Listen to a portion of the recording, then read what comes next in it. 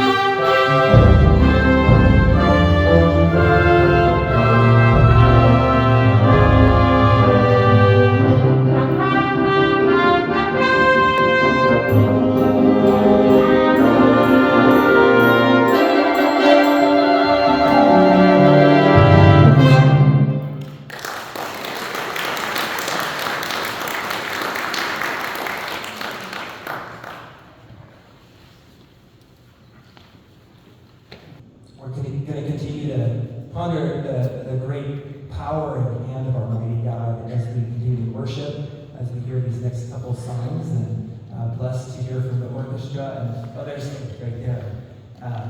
Faith, just tell us a little bit about the orchestra and where they're all from and kind of briefly how they started. We're looking forward to hearing these next members. This is the Christian Fellowship Orchestra, and we had to discontinue during the COVID and everything, but we got back started in 2 years later exactly, March of 22, and the people in the group represent, I don't know, 6 or 7 or 8 different churches in the area, and as well as just from the community at large, and maybe a small group kind of a thing, you know. So they all love playing for the Lord, and this is just a real blessing to me to be able to have a group like this, and they are all excited about being in the group and really enjoy the fellowship.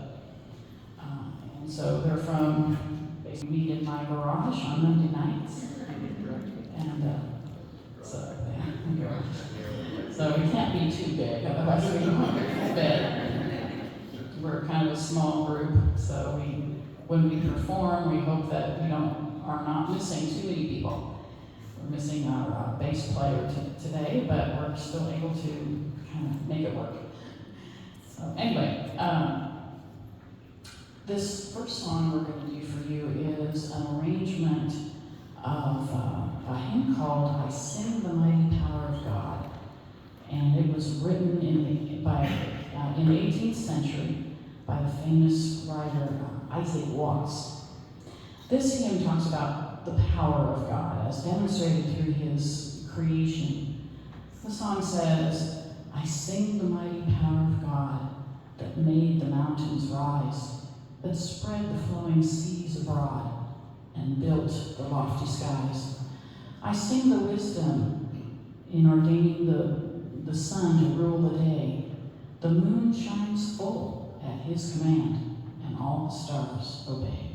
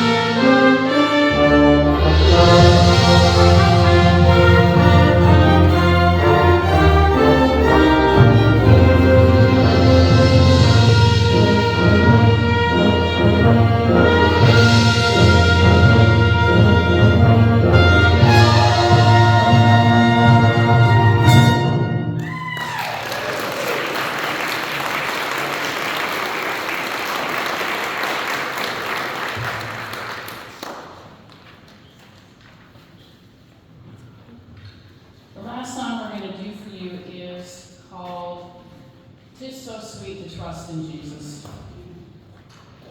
This song was originally written right around 1880 by Louisa Stead, right after her husband died trying to save a drowning boy at Long Island Sound in New York. It was through this tragedy that she was able to learn to trust in Jesus. She was left destitute with a young daughter to care for, but she experienced the different ways that God provided for her and her daughter's needs. Later, she and her daughter moved to South Africa to do missionary work, and while there, she remarried and continued to do missionary work for many years thereafter. In Isaiah 12, verse 2, it says, "Behold, God is my salvation. I will trust and not be afraid."